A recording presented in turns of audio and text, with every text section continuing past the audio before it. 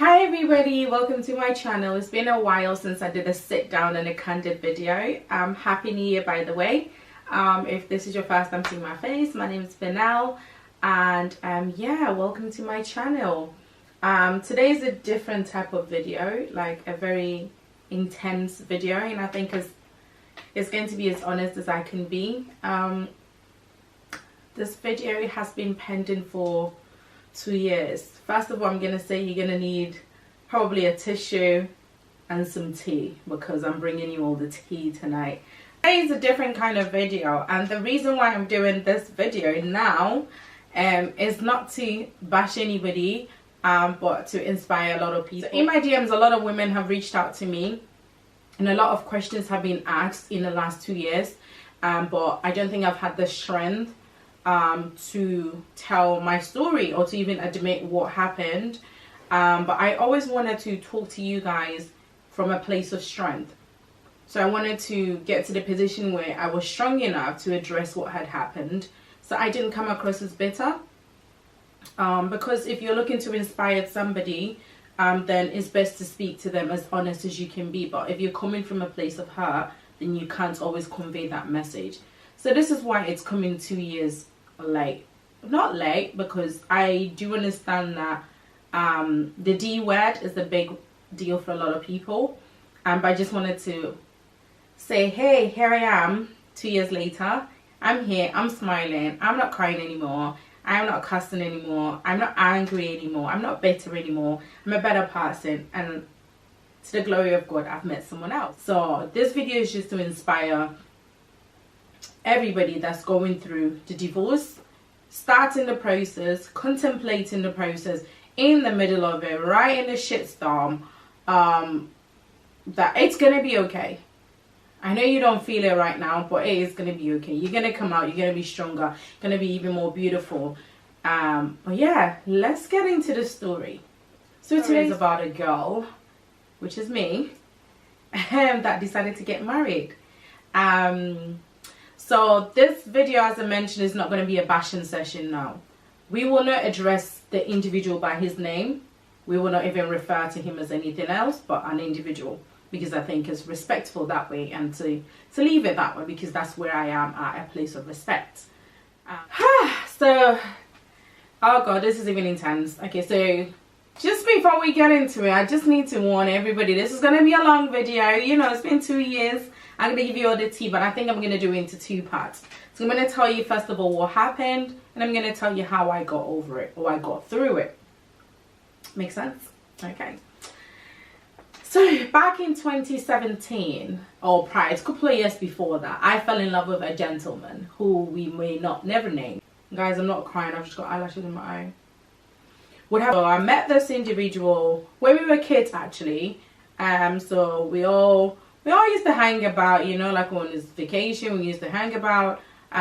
So he was somebody I classed as a friend, as a dear friend, or I would have thought he was a friend. So I would never have gone ahead and married my enemy, if that makes sense. So that was that. So in 2016, I believe it was October 2016, I went on holiday to Ghana, and then he proposed, and of course I said yes. It did come as a shock, because from my proposal video I didn't really look happy, and I think years later I now understand why I had that look on my face, because I was just thinking, oh, okay, am I ready, am I not ready? But yeah, here we are. So 2016, get into the wedding planning mode, and I remember like concerned family members were saying like, take your time, get to know him. I'm like, oh, I know him, you know, as you do. Oh, I know him, I've known him since we were kids, I've known he's not going to do anything wrong. Little did I know, hey. Point to take from this section is that adults, parents, aunties, they're always right. At the time, it doesn't sound like it, but they're always right. I thought I knew this individual. So we get into it, you know how it is. You get excited, you choose your bridesmaids group, blah, blah, blah. At that time, a friend of mine in America did ask me, are you sure about this individual? Because she had known him longer.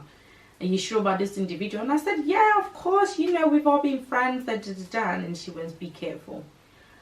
I can't support you getting married to this individual because he's A, B, C, and Z. When you're in love, oh, I thought I was in love, but I was in love. Not even when I thought. I was absolutely head over heels in love with this individual, and I would have done anything for him. So I wouldn't listen. Of course, nobody does at this stage. You just get on with it. So 2016 comes, goes, then we step into 2017, bridal gang, blah, blah, blah. So I was very excited, you know, going to Ghana. It was a trend at the time, going to Ghana to get married. You want to have the best photography, you want to have the best Bella Niger wedding, blah, blah, blah. All that nonsense that you do when you're younger. Well, I'm 31 now, so I think 4 years on, I have wised up, and I kind of find it funny when I see a lot of things like that on social media. But hey, everybody has their time. I had mine, so it should you. So 2017 comes, and we get ready to go to Ghana. Get all my girls. My girls came through for me. I just wanted to say shout out to my friends, like my bridesmaids, my friends, my crew, the people that were there from 2016, 2017, and are still here. I just want to say shout out to you girls, like my family and friends, for people that reach out to me and stuff.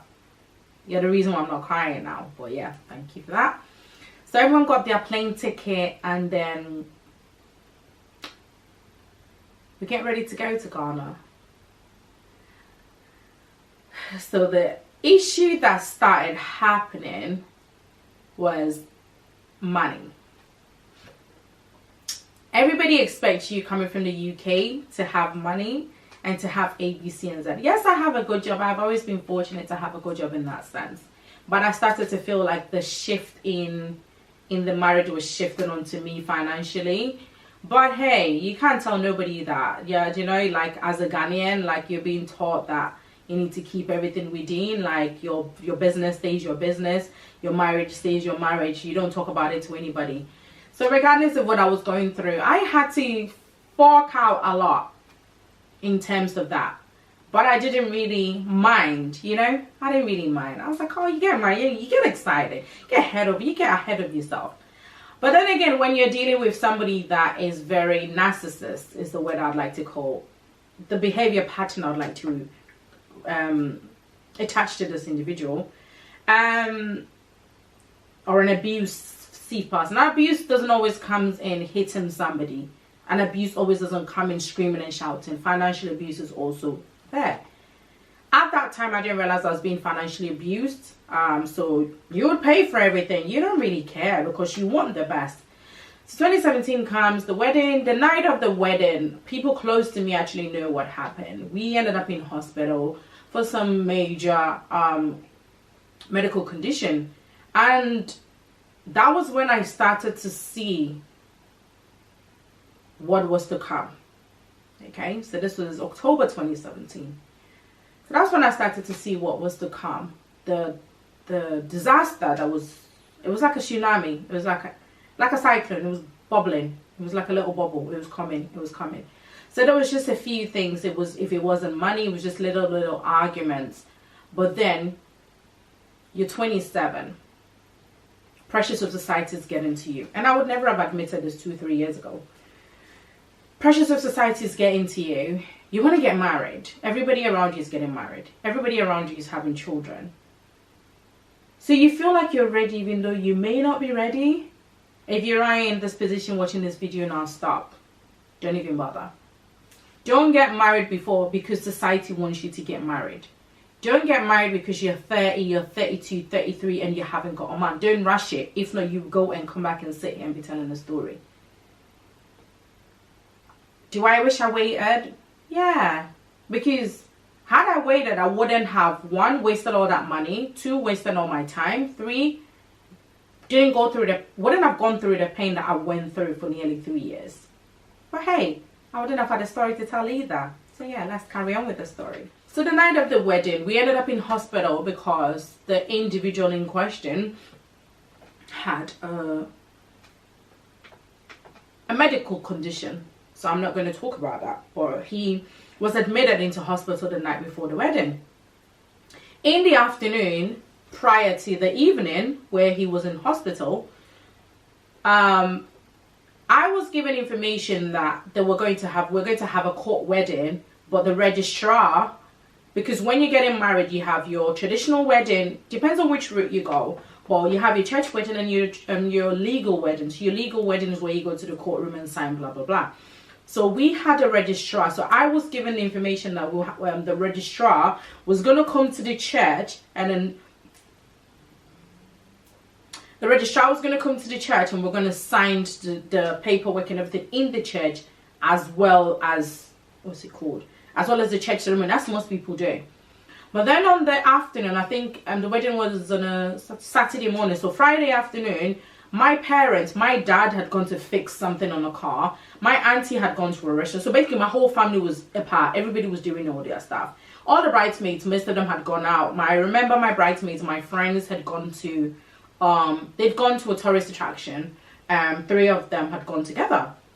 So at that point, I was only with another friend of mine. And the phone call came that, oh, we had to go to the courthouse. And I was like, but that wasn't what you told me. You had told me that we were going to get it all done together. So at that point, bearing in mind I have no parents at this point because my dad was off doing his own thing. My whole family, it was the day before the wedding, so you can imagine the stuff that needed to be done. So that was all getting done. So at that point, I felt very alienated. I didn't have no family. So, and not just the family, I didn't have no outfit to wear. So then I had to pick up one jeans that was not even fitting. It wasn't even getting up to my waistline. It wasn't even my size. Picked it up and all I had was like a t-shirt because I wasn't prepared to go to a courthouse. So we get to the courthouse. I'm not dressed appropriately. Obviously, I'm wearing like a t-shirt and a jeans. And I'm pretty sure the registrar is looking at me funny. I have no representative. I have no witnesses. No mom, no dad, no aunties, nobody, because everybody is doing everything else. So eventually I had to ring my dad and say, hey dad, I know they said we're not going to go to the courthouse, but we are now. Can you come over? My dad was like, no, because where I am, I can't come over. Your auntie's going to come support you, blah, blah, blah.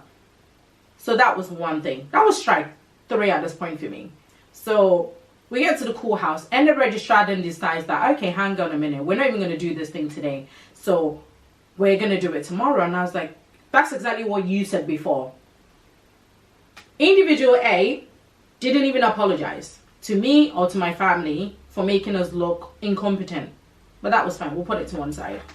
So then we get home. So when we get home, of course I'm angry. Of course I'm upset. You've kind of shown my family up in front of people. So what I'm going to do in this story, people, is I'm going to tell you the truth, the absolute truth, and nothing but the truth. So we sit in the car. And of course, I'm a woman. I start to nag at him and I'll be like, oh my God, you should have told me this. You could have said, you should have told me we're going to go to the courthouse. I would have brought my outfit, blah, blah, blah. But you didn't. Instead, you've just made me look like a right plonker in front of your family. Because all they came prepared. They came in their kentes. They came full gear. My family comes in like, what my auntie was like wearing like a crop top. Because she didn't even know she was going to go there. Do you know what I mean? So in the midst of the conversation, then his medical condition started. So we get to the hospital. We drove to the hospital like lunatics. And then we get to the hospital and all that stuff happened. And I got blamed for it. Apparently I was attacking him so much that he had to have a medical condition. Nobody listened to the story before that. I took the blame. And that was what I was good at. I was good at taking the blame on. Everything that happened, I will take it on. Everything that happened, I will take it on. So we just carried on at the hospital. We prayed and we prayed and we did pray. It rained like no other. We prayed. I have never prayed as much. I had to ring my pastors in the UK and explain to them the situation, and they prayed till the end of the wedding ceremony. So after the wedding ceremony, I think I posted on my socials that God has given me a testimony. What I know now was God was trying to take me out of that situation by causing that little scene. I didn't know that before. Oh, I wasn't ready to listen to God talking to me.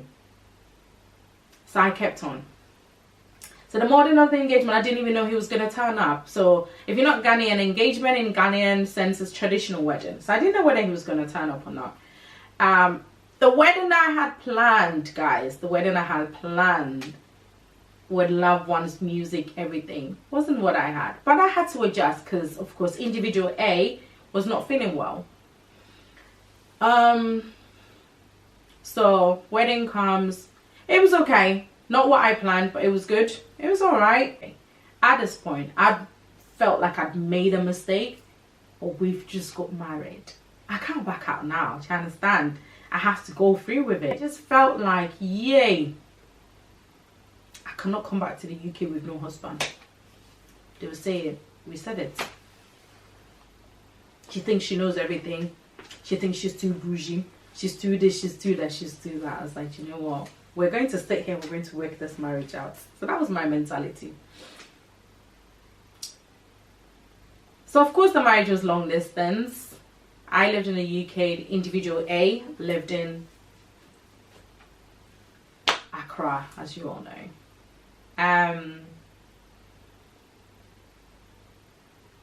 Then came Dubai. So we got married in October.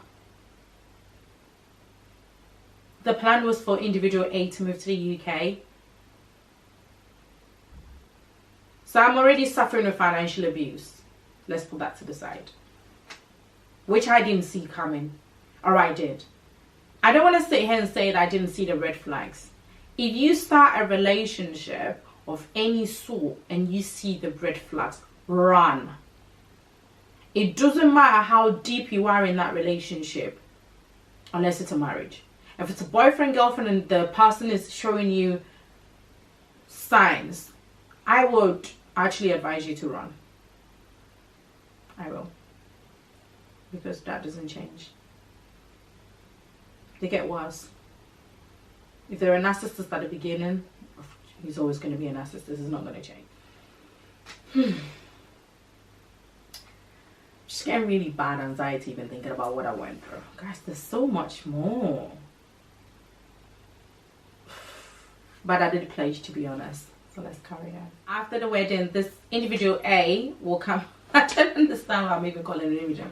Do you know what? Let's just call him Voldemort, because I'm a Harry Potter fan, so I'm going to go there. So Voldemort, no, it's fine. Individual A was supposed to be coming to the UK. And then he said to me, oh no, I want to stay in Ghana and enjoy dirty December. You got married in October. You want to stay in Ghana to do dirty December. What's that even telling you, guys? You want to sit and do all the partying scene. I'm like, okay. It didn't sound right, but what can you do? So we're supposed to get all the immigration stuff sorted so individual A can move to the UK. That didn't happen. So I had to spend my first Christmas as a married woman with my family. I loved it. That was the best Christmas I've had, except this one. Yeah. And this time was my family as well. So yeah. 2017 Christmas was one of the best I had because I had all my family together in the room and it was really nice. It was lovely. So I was expecting that individual A would have been here for Valentine's. And then there was another story. So every time we were supposed to be planning to meet, there was another incident. So I had to go to Ghana a lot. I had to do that bit or sacrifice my time and my job to keep going to Ghana. Of course, when you're married to work, you're going to do that. Not saying that you shouldn't go and marry somebody that lives in Ghana. You should, but just make sure you bring them here, because long distance relationship, 9 out of 10 doesn't work. Only a few people are quite lucky in the sense that they do get their partners here and their relationship is like amazing. So that was that, and I'll just fast forward because there's a lot. Then we go to Dubai. Oh, my favorite city, and I don't think I've been to Dubai since 2018. Since that incident happened, it kind of tinted how I felt about Dubai. So we got to Dubai and we planned our stuff, booked a hotel. We stayed in a lovely hotel. We stayed in the world's tallest hotel, obviously. It was nice. It was really nice. First day, second day, third day was okay, and then fourth day, I was sleeping. I just think I do like some naps, and obviously Dubai is hot, so you do have to have afternoon naps. And I think I was asleep one time and I could hear the phone going choo-choo, choo-choo, choo-choo. But it wasn't like a text, it was a Snapchat. So I was like, who's constantly snapping individual A? And the Usain Bolt in me picked up the phone. So I went on, so at that point we shared passwords anyway. So I went on the phone and then I seen that there was a lot of, you know when you go on Snapchat, you've got messages, like all the messages are with from females. The whole lot of them. Well, I'm not accusing anybody of doing anything, but I'm going to tell you guys a story. And I like to let you guys use your imagination to put two and two together. So all the stories were from females. So I took the there was a girl in there. I'm gonna name that person. There was a message in there from a girl called Juicy Chelsea. I'll put her name out there. And that's what made me think, okay, this message keeps popping. And I've seen a couple of snaps from her, but I wasn't really paying attention. And I literally ran into the toilet and locked the door. And started reading these messages. So I read these messages, read them, and I was getting angry. What I hadn't realized was then individual A kept like banging on the door, give me my phone, I'm gonna F you up, blah blah blah. I was like, okay, you wanna F me up? We just got married. Anyway, this was like June 2018. Fast forward a little, I left a bit of bad stories out there, which is not necessary. So I eventually come out, but when I come out, I'll come out with rage. You understand? I've just seen all these messages on my, whatever you like to call it. To be fair, let's just give it the respect that a marriage is due. My ex-husband, because it was a marriage. It wasn't anything shambles. It was actually a marriage. I like to call it a marriage. I don't know what he called it. Apparently, he felt like he was forced to get married to me because apparently I held a gun to his neck for him. So,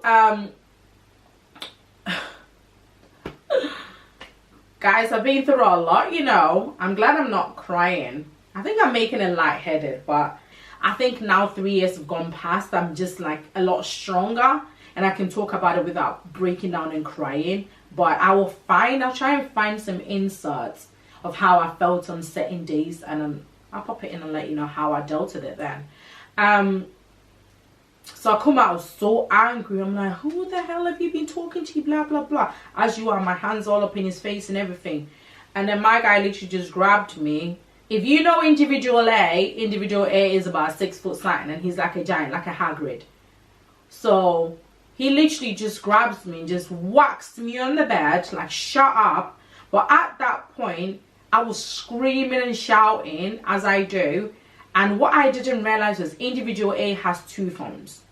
So individual A had called my mother or one of my aunties, I think it was my mom or my auntie, on the phone, and that individual was listening to the conversation.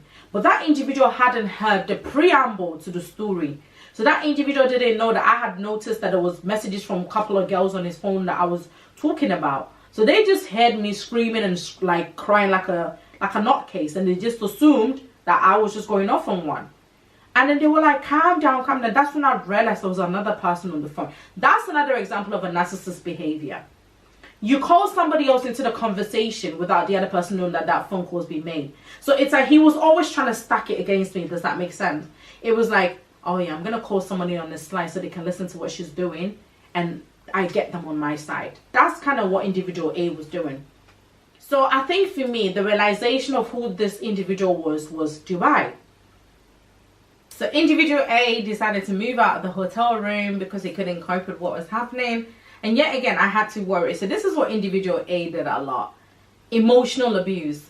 Oh, I'm going, and you have to run after him. Oh, I don't want to be with you anymore, then you have to beg. So here I am in Dubai. We've no friends, nothing, just me and him. So then on that night, I actually went to see a friend of mine. But I went to see her for lunch. And I remember I went to see her. We went into PF Chang. And then the first thing she said to me was, where's your husband? And I had to lie to him and said, oh, he's not feeling well. As you do. Because I'm not going to say we've just had a fight and he's moved on. To Lord knows where. I don't even know where the poor guy's gone. But that was another abuse mechanism that individual A was using a lot. So I get back to the hotel expecting to have a whole room to myself, because I think at this point I've accepted that he ain't coming back. So I was actually looking forward to just sleeping on the bed by myself. So I get in, of course I have the key. Individual A is sat in the corridor. And at that point I'm thinking, well, I thought you were leaving. So he comes in, don't even want to speak to me as usual. And we had a conversation and he said he wanted to leave me and and it's just escalated. because I was that angry that he can't phantom what he'd done, and the fact that he had no consideration to my feelings. You're sat here texting women.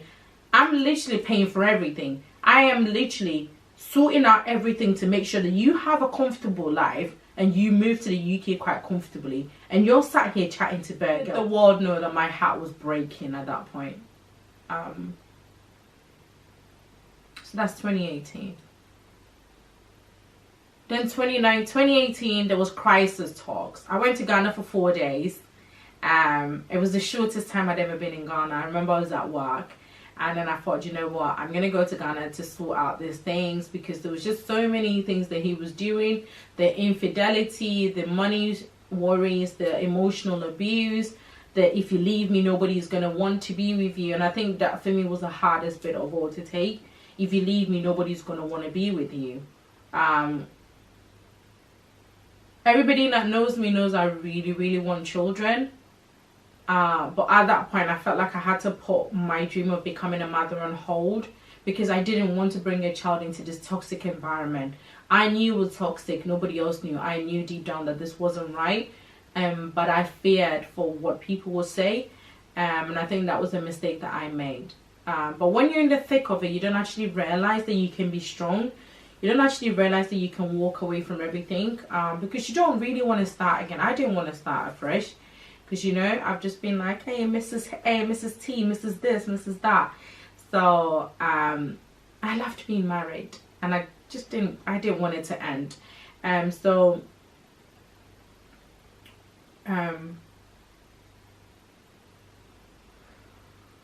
went to Ghana, I think it was July or August, for 4 days. And the 4 days were to have a crisis talk. He didn't even know I was coming. But I just thought I'd give it one last shot. So I went, and my grandparents went to see his family. They had a sit down, they had a conversation. And then we both decided to start afresh and give it all we can. Because, you know, when you're married, it's for better, for worse. Nobody gets married to get divorced. I've always said that. So when you see somebody going through a divorce, it's not because they actually want to get divorced. Nobody actually wants to waste all that money, get married, and then get divorced at the end of it. No. And marriage is hard. Let no one lie to you guys. Marriage is actually the hardest thing that you'd ever do. He wasn't honest, and I think that was the big thing. When you lose the trust in a marriage was broken. It was broken because I'd seen several messages, and I, individual A, was having some sort of relationships with other people, which I have recorded conversations from these individuals, from a specific girl that I would not name where she lives or where she's from, but I have that recording, so I have receipts, people. So for me, that was when the trust was broken. And then when we went to Dubai, I then realized how much of, I don't want to use the B word, no, I don't mean bitch, I mean bully. I didn't want to use that word because I didn't want to tarnish his image, but it kind of dawned on me the sort of person that he was when we went to Dubai. Somebody that can literally take somebody and toss them to the side when you know you're heavy and you're taller than the person, for me is a bully. And you don't do that to the person that you loved. And I felt like it started to unfold from there. The reality started to hit from 2018. So here we are, married barely a year, and shit is hitting the fan. And I think this shit started hitting the fan in December 2017, so 2 months after the wedding. I was determined to hold on. So we're now in 2019. I'm very much determined to keep going, because I don't want to be a divorcee, even though I could see that was coming. So I think around my birthday in 2019, I turned, how old am I? 2019, yes, I turned 30. And I just had a conversation with myself, and I'm like, I can't do this anymore. So I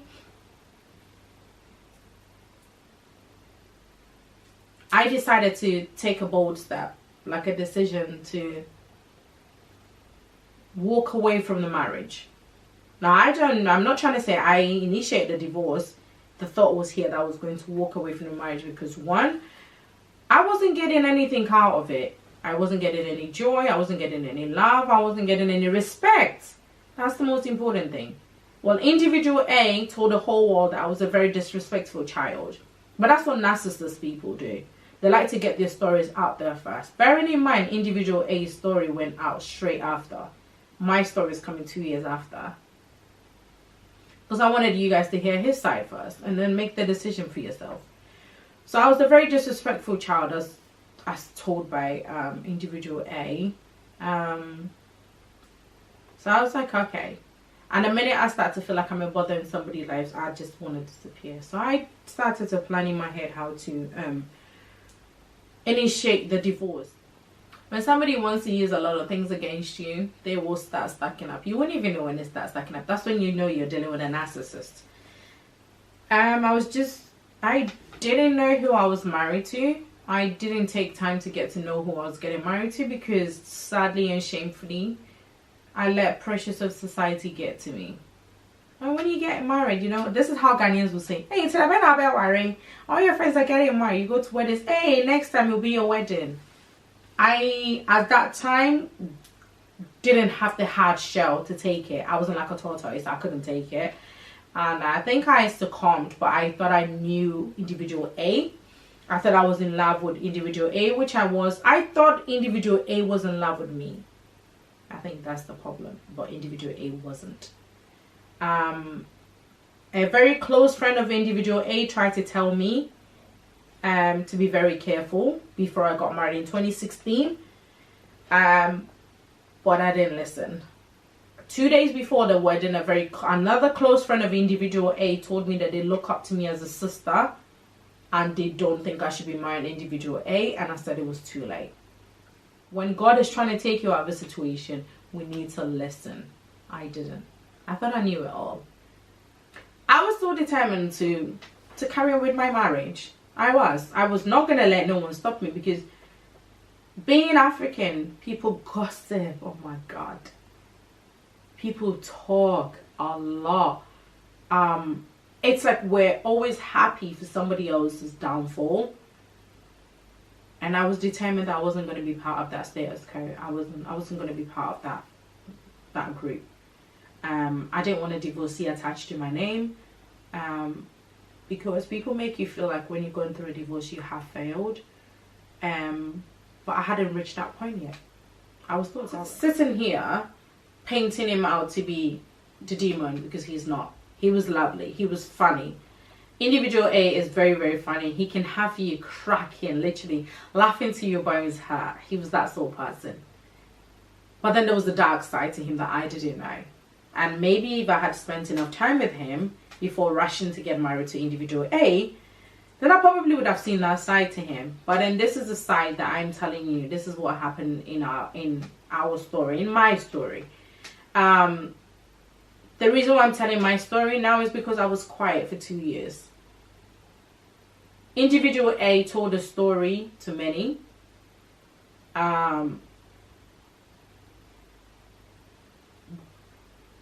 When everything started bubbling up, individual A was the first to go on social media and literally tell everybody everything that had happened, be it true or not.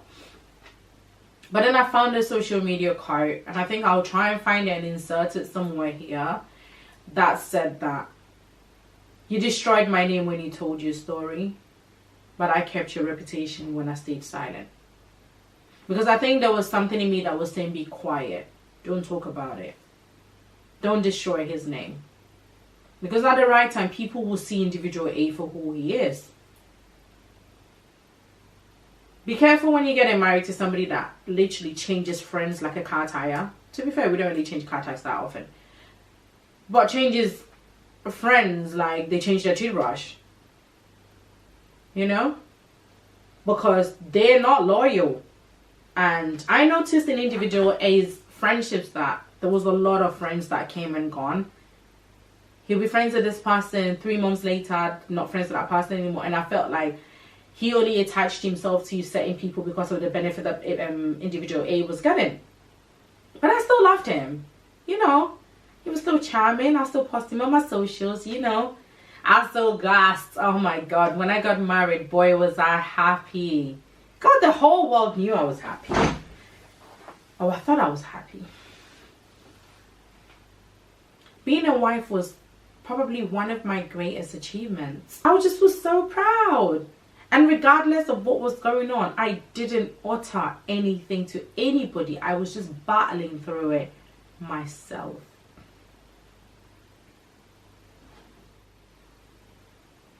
And I hate depression. I just couldn't do it anymore.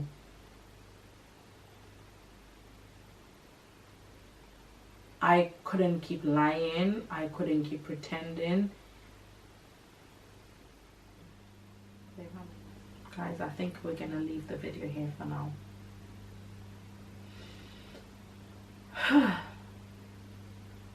Still a lot more. Wanted to be as truthful as possible. I've had to leave a few incidences out because I don't want it to be like I'm bashing this individual. But I am going to film a second part to this video. I'm so grateful for the people that I've mentioned. I'm so grateful for my friends, my family, for holding it down together, because God knows it was not an easy experience to go through. But I'll tell you all about it in part 2.